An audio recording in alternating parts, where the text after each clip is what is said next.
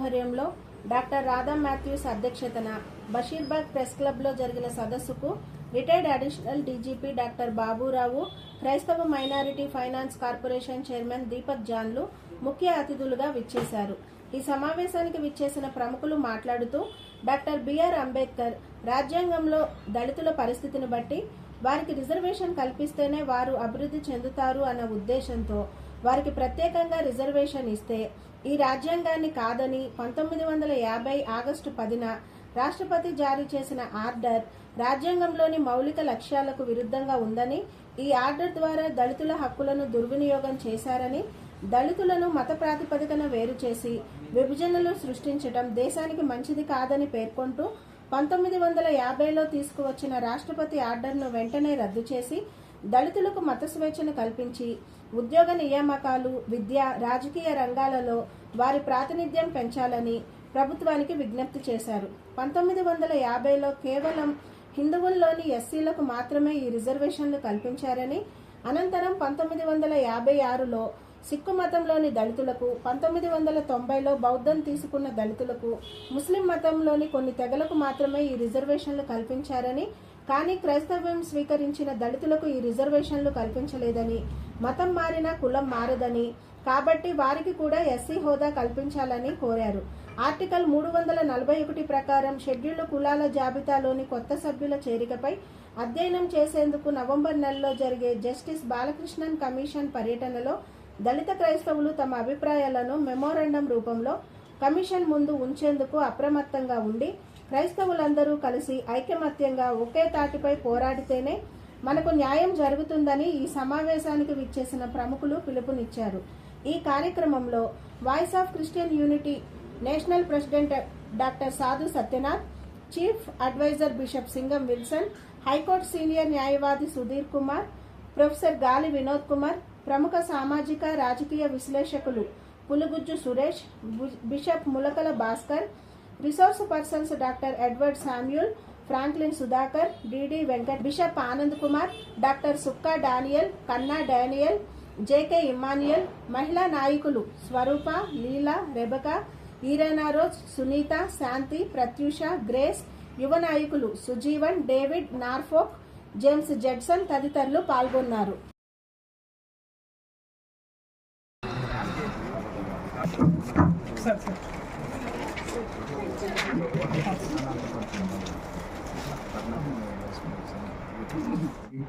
పెద్దలు ఉన్నారు మన మధ్య.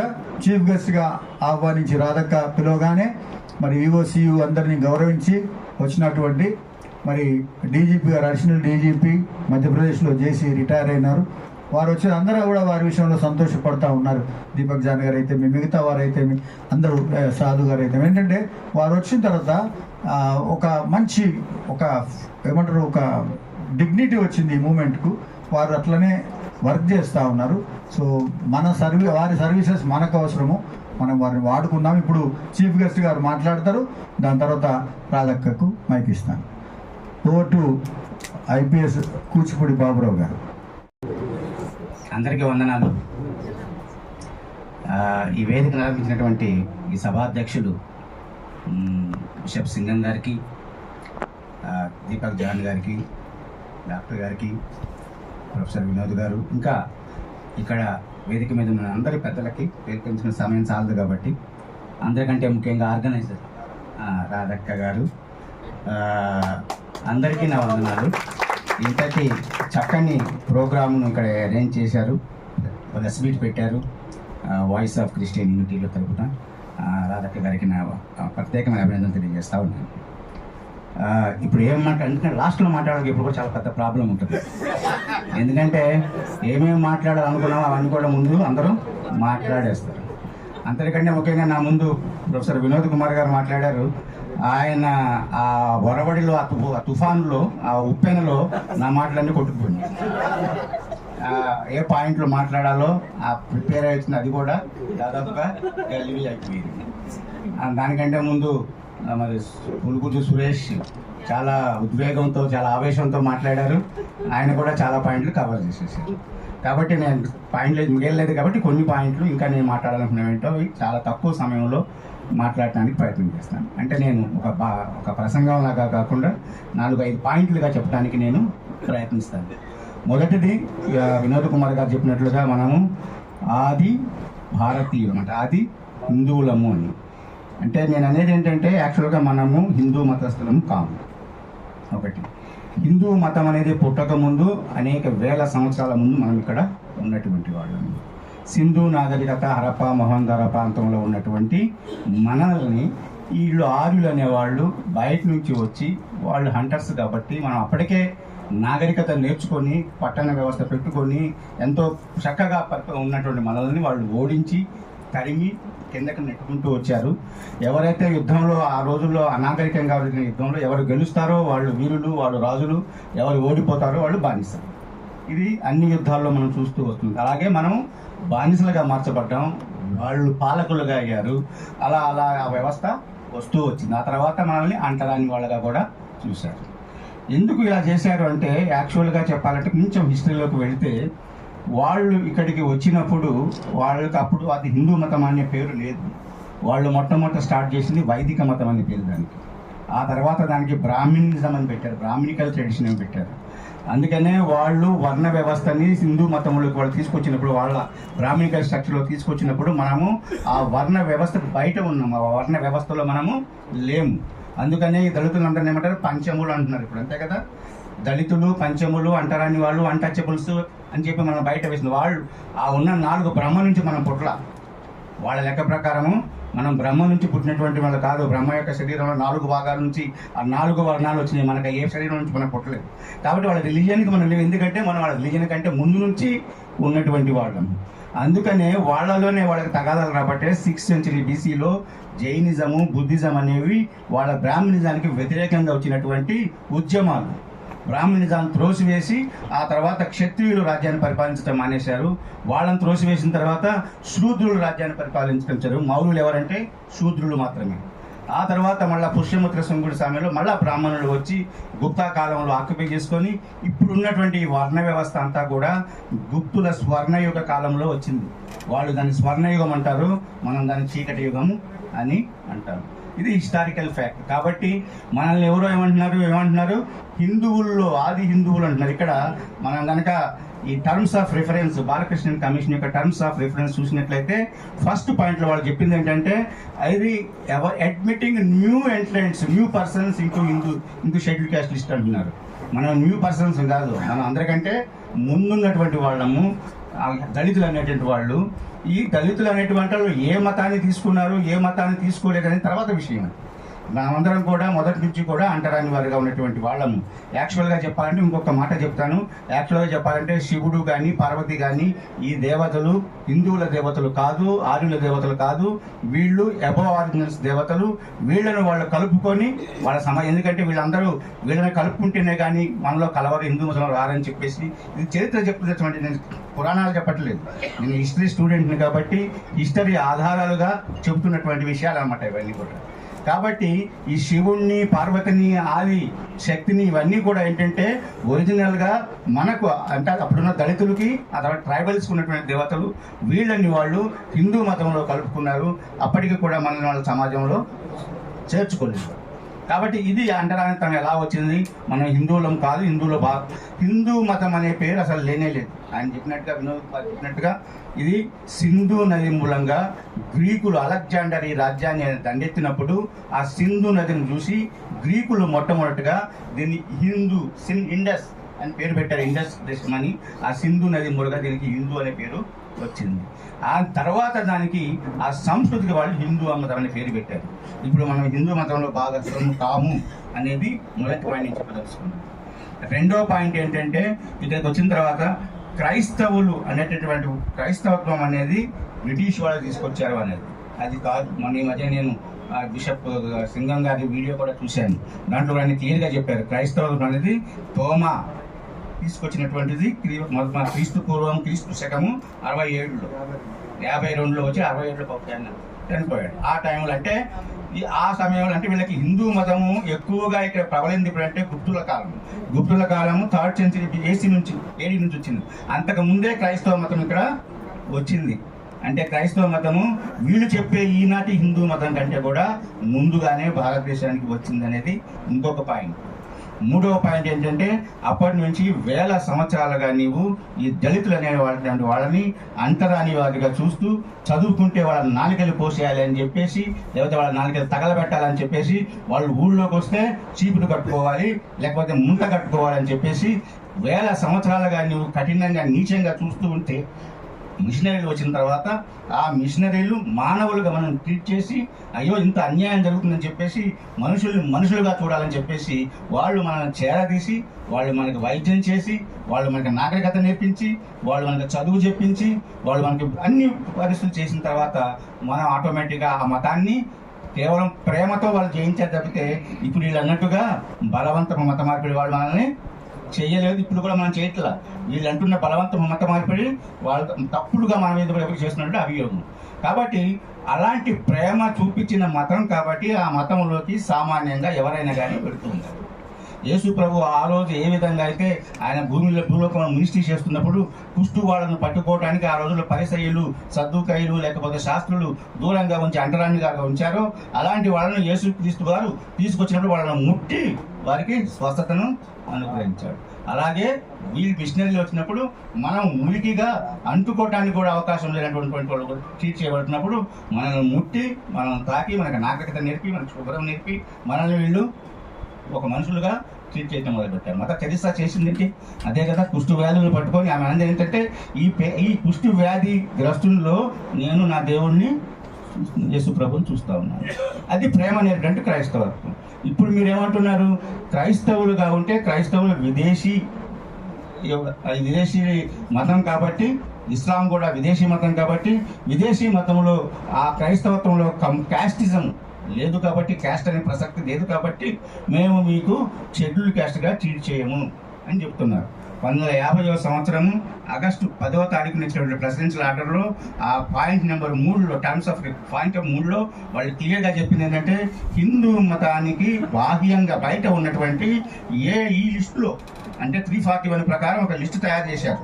ఎవరైతే షెడ్యూల్ క్యాస్ట్ అంటారు ఆ లిస్టులో ఉన్న వాళ్ళు హిందూ మతాల్లో ఉంటేనే వాళ్ళని మేము షెడ్యూల్ క్యాస్ట్గా ట్రీట్ చేస్తాం, లేకపోతే వీళ్ళని షెడ్యూల్ క్యాస్ట్గా ట్రీట్ చేయము అని చెప్పేసి చెప్పారు. ఎందుకు? అదే కుల వ్యవస్థలో ఉన్నటువంటి వాళ్ళు, అదే ఒకే ఇంట్లో ఉన్నటువంటి వాళ్ళు మతం మార్చినంత మాత్రాన వాళ్లకు కులం అనేటువంటి అంటరాంతరం పోతుందా? ఒకవేళ మీరు అనేది నిజమే అయితే క్రిస్టియన్ అయినంత మాత్రాన అంటరాంతరం పోతుంది, మీకు క్రిస్టియన్ అంతరాంతరం మీకు లేదు అని మీరు అనుకుంటే మీ ఇళ్లలో ఉండడానికి మాకు ఎందుకు పర్మిషన్ ఇవ్వరు? అద్దెకి ఇవ్వరు? మీ అమ్మాయిలు మా అబ్బాయిలకి ఎందుకు ఇవ్వరు? మా అమ్మాయిలు మీ అబ్బాయిలు ఎందుకు చేసుకోరు? మీ ఊళ్ళో మమ్మల్ని ఎందుకు ఉండనివ్వరు? ఉండనివ్వండి. ఇప్పుడు మీ అమ్మాయిలు మా అబ్బాయిలకి ఇవ్వండి. మా అబ్బాయిలు మీ అమ్మాయిలు చేసుకుంటే వివస్త్రం చేసి కర్నూలు జిల్లాలో మన ఊళ్ళో ఆమెను వివస్త్రం చేసి కొట్టి సమానికి కొట్టి ఆమెను నాశనం చేశారే, ఎందుకు జరుగుతుంది అన్యాయం? మరి అదే మీరు కుల వ్యవస్థ లేదు అన్నప్పుడు, క్రైస్తవులుగా మేము ఉన్నప్పుడు క్రైస్తవ బిడ్డలు మీరు చేసుకోండి, మీ బిడ్డలు మాకు ఇచ్చేయండి. కాబట్టి క్రైస్తవత్వంలో మతం పాటించట్లేదు, కుల వ్యవస్థ లేదు అని చెప్పడం చాలా అన్యాయం. ఎందుకంటే మనం చూస్తున్నాం ప్రతి చర్చిలో ముఖ్యంగా ఆధిపత్య కులాల యొక్క ఎవరైతే చర్చిలు పెట్టారో ఆ చర్చిల్లో ఇప్పటికీ కూడా కుల వ్యవస్థ అనేది ఉన్నది, అనేక అండరంతనం ఉన్నది. దళితులకి ప్రత్యేకంగా ప్రార్థన అవకాశం జరుపుతాం జరుగుతుంది, లేకపోతే ప్రత్యేకంగా వాళ్ళు కూర్చోవడానికి ఏర్పాటు జరుగుతుంది. అంతవరకు ఎందుకు ఎంతో పెద్ద పెద్ద వాళ్ళు, నేను పేరు చెప్పను, మనం టీవీలో చూస్తూ ఉంటాం.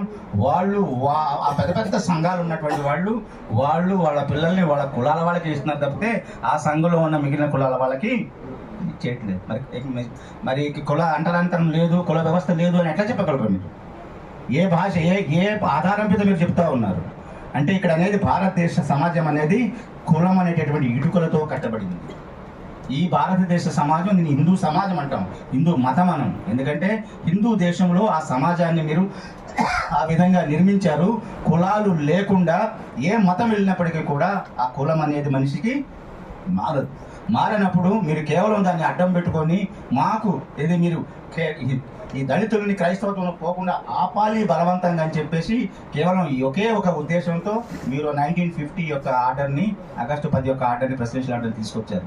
దాన్ని అప్పుడున్న ప్రభుత్వాలు కానీ ఇప్పుడున్న ప్రభుత్వాలు కానీ ఏ ప్రభుత్వం కానీ దాన్ని సరిచేయడానికి తర్వాత సిక్కులకి బుద్ధిస్టులకి ఇచ్చారు తప్పితే క్రైస్తవులకి ముస్లింలకి ఇవ్వడానికి ఇష్టపడట్లేదు. ఎందుకు ఇవ్వట్లేదు అంటే ఇప్పుడు వాళ్ళు బుద్ధిజంలోకి వెళ్తే వాళ్ళు ఇంకా అంటరానితనం ఉందా వాళ్ళకి? సిక్కు మతంలోకి వెళ్తే వాళ్ళకి లేదా ఈ సమస్యలు? కేవలం క్రైస్తవులుగా ఉన్నప్పుడే మేము కులాన్ని నుంచి బయటకు వచ్చేసామా అనేది ఇప్పుడు మనకి బాలకృష్ణ కమిషన్ మనకు వస్తున్నప్పుడు ఈ బాలకృష్ణ కమిషన్కి మనం చెప్పాల్సింది ఏంటంటే తార్కికమైనటువంటి ఈ పాయింట్లు అన్నీ కూడా మనం ఇవ్వాల్సిన మెమోరాండంలో రాసి వాళ్ళు 3 పాయింట్లు అడుగుతున్నారు. ఆ 3 పాయింట్ల మీద మనం జవాబు ఇవ్వాలి. ఆ జవాబు ఇవ్వడానికి ఏంటంటే, ఒకటి, మేము కొత్త వాళ్ళం కాదు ఈ సమాజానికి, మేము ముందుగా ఉన్నటువంటి వాళ్ళము. రెండవది, క్రైస్తవ మతంలోకి వెళ్ళినంత మాత్రాన మా కులం పోవటం లేదు, అంటరానితనం అంతకంటే పోవటం లేదు. హిందువుగా ఉంటే ఏ డిఫిషియన్సీస్, ఏ డిఫికల్టీస్ అయితే మాకు ఉన్నాయో సేమ్ అవి మేము కూడా ఇప్పుడు కూడా పాటిస్తున్నాం. మూడవది ఏంటి, క్రైస్తవులుగా ఉండటం వల్ల దళితులు ఇంకొక రకంగా కూడా చర్చిలో కూడా అంటరాని వాడిగా పరిగణించబడుతూ ఉన్నారు. అంతేకాకుండా షెడ్యూల్ క్యాస్ట్ వాళ్ళకి అంటే హిందూ దళితులకి ఏమైతే రాయితీలు ఉన్నాయో, అంటే ముఖ్యంగా అట్రాసిటీ యాక్ట్ కూడా మనకు అమలు కావటం లేదు. అదే మన క్రైస్తవులం అయితే మీకు అట్రాసిటీ క్యాస్ట్ లాగా కాదంటున్నారు, పరిపాలన అది మీకు అమలు కాదంటున్నారు. కేవలం ఎస్సీగా ఉంటేనే, హిందూగా ఉంటేనే అవుతుంది అంటున్నారు. అదే ఇద్దరు అన్నదమ్ములు, ఒకళ్ళు క్రిస్టియన్, ఒకళ్ళు దళితులైనటువంటి వాళ్ళు, ఒకళ్ళు క్రిస్టియన్, ఒకళ్ళు హిందూ ఉంటే ఒక క్రిస్టియన్ మీద మాత్రం ఎస్సీ యాక్ట్ లాగు అవుతుంది, దళితుల మీద ఎస్సీ యాక్ట్ అమలు కాదు. ఇవన్నీ కూడా అనేకమైనటువంటి అన్యాయాలు జరుగుతూ ఉన్నాయి.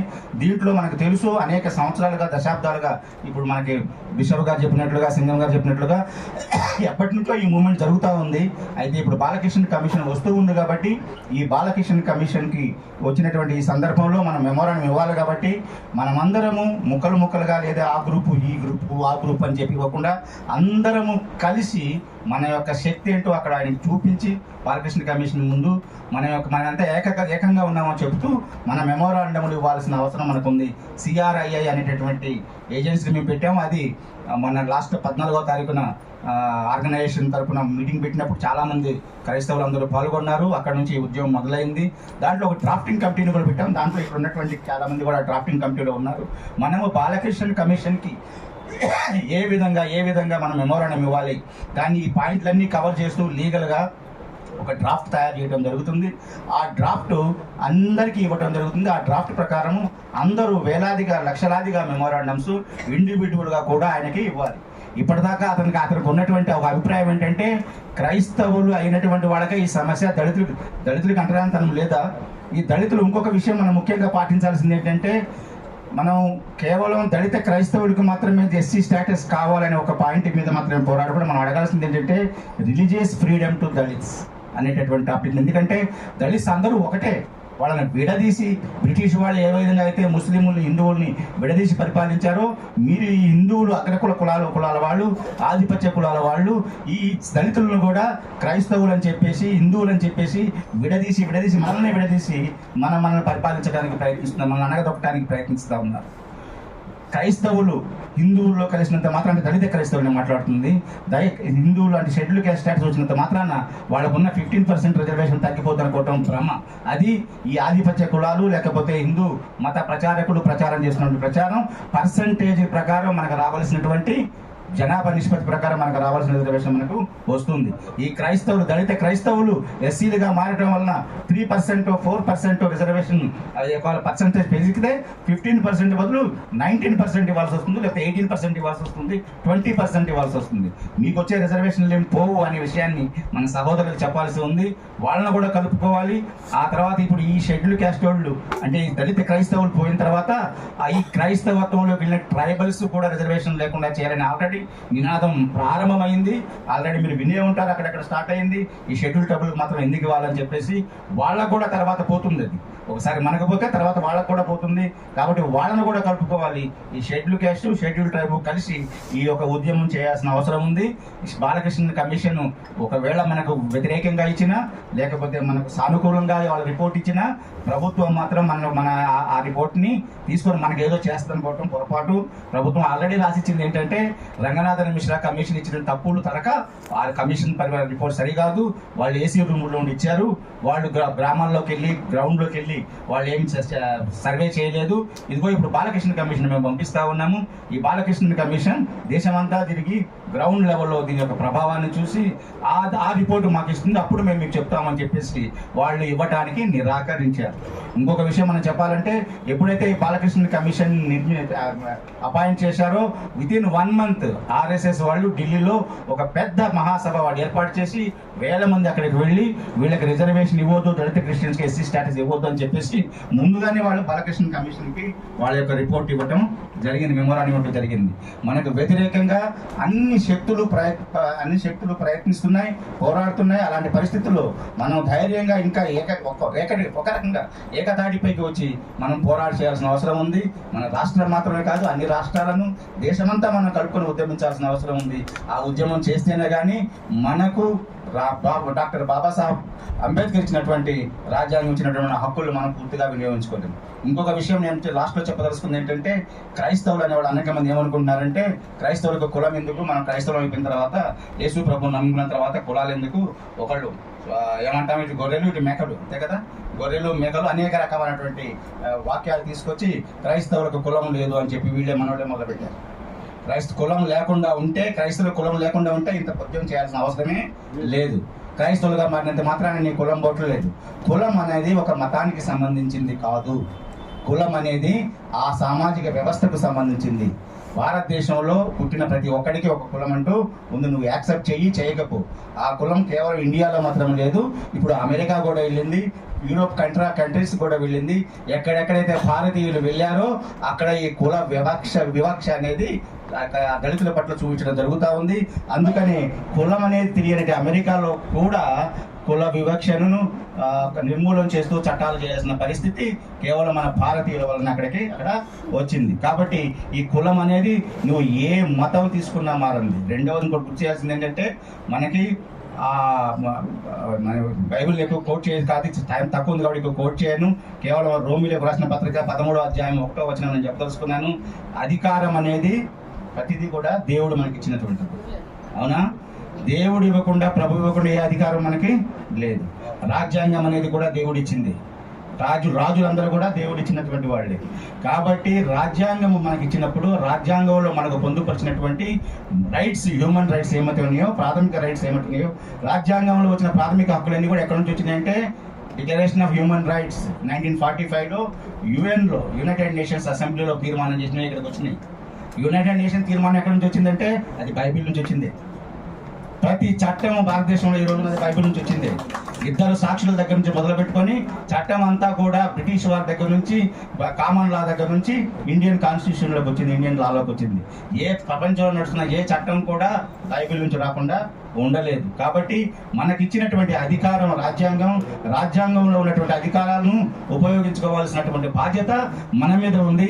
రాజ్యాంగాన్ని ఎప్పుడైతే వాళ్ళు తిరస్కరిస్తారో వాటి అమలు కోసం పోరాడాల్సినటువంటి బాధ్యత కూడా మన మీదనే ఉంది. లేకపోతే మార్టిన్ లూథర్ కింగ్ జూనియర్ వెళ్ళి అంత పెద్ద ఉద్యమం చేసి నల్లవాళ్ల మీద ఉన్నటువంటి వివక్షను నిర్మూలించడానికి అంత సివిల్ డిజోబిడియన్స్ మూవ్మెంట్ ఆయన తీసుకొచ్చి ఉండేవాడు కాదు. ఆయన గొప్ప థియాలజియన్, అంతేకాకుండా గొప్ప పాస్టరు, గొప్ప దైవజనుడు.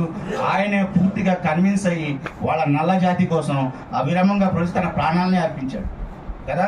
అలాగే ఇక్కడ కూడా మనం అనాల్సింది ఏంటంటే, క్రైస్తవులుగా అయినంత మాత్రం ప్రతిదాన్ని స్పిరిచువల్గా చేయాల్సిన అవసరం లేదు. బైబిల్ అనేది కాంటెక్స్చువల్గా మనం దాన్ని ఇంటర్ప్రిట్ చేయాలి తప్పితే కాంటెక్స్ట్కి బయట ఇంటర్ప్రిట్ చేయడానికి లేదు. అందుకనే గత 50-60 సంవత్సరాలుగా కాంటెక్స్చువల్ థియాలజీస్ అనేటటువంటి సబ్జెక్ట్ కూడా ఈ థియాలజీలో వచ్చింది. దాంట్లో దళిత్ థియాలజీ అనేది ఈరోజు బాగా డామినేట్ చేస్తున్నటువంటిది చదువుకున్నారు. ఇక్కడ ఉన్న దైవజనులందరూ ఎవరైతే ట్రైనింగ్ అందరూ చదువుకున్నాం. కానీ మనం ఏంటంటే కాంటెక్స్ట్కి ఎగరెళ్ళి ఆ రోజుల్లో ఉన్న కాంటెక్స్ట్లో ఏ విధంగా అయితే వాళ్ళు ఇంటర్ప్రిట్ చేయబడిందో దాన్ని తీసుకొని మనం ఇక్కడ మనం కూడా ఈ కాంటెక్స్ట్లో దాన్ని మనం ఇంటర్ప్రిట్ చేస్తున్నాము. కాబట్టి మనం సరైన చోటికి వెళ్ళలేదు. దేవుడు ఎప్పుడు కూడా అవినీతిని, పాపాన్ని, దుర్నీతిని సాగించమని ఎక్కడ కూడా చెప్పలేదు. మన శరీర బాధ అన్ని అవయవాలు కూడా దుర్నీతికి సాధనాలు కావద్దు, అవి నీతికి సాధనాలుగా ఉపయోగించమని చెప్పింది. అసలు యేసు ప్రభు చేసిందే అదే లిబరేషన్ కదా. కేవలం లిబరేషన్ పాపం నుంచి మాత్రమే కాదు, లిబరేషన్ అనేది ఫిజికల్ గా కూడా ఈ లోకంలో ఉన్న దాసత్వం నుంచి కూడా ఆయన విడిపించడానికి ప్రయత్నించి దాన్ని బేస్ చేసుకుని యాంటీ స్లేవరీ లాస్ అన్ని కూడా కేవలం మనకి ఫిలమోన్ పత్రికను బేస్ చేసుకుని వచ్చినవి. ఇవన్నీ మనం డీప్గా చదివితే మనకు అర్థమవుతుంది. కాంటెక్చువల్ థియాలజీస్ అందుకే వచ్చినాయి. క్రైస్తవులు ఎవరిలోనైనా కానీ మనం క్రైస్తవులమైనంత అయితే మనం ఈ కులం కోసం, మతం కోసం పోరాడకూడదని చెప్పేటటువంటి ఒక అభిప్రాయం ఉంటే దాన్ని తీసివేసుకోవాల్సిన అవసరం ఎంతైనా ఉందని చెప్తూ మీరందరూ కూడా మీ సంఘాల్లో సంఘస్థులకి చెప్పండి, పాస్టర్లకి చెప్పండి.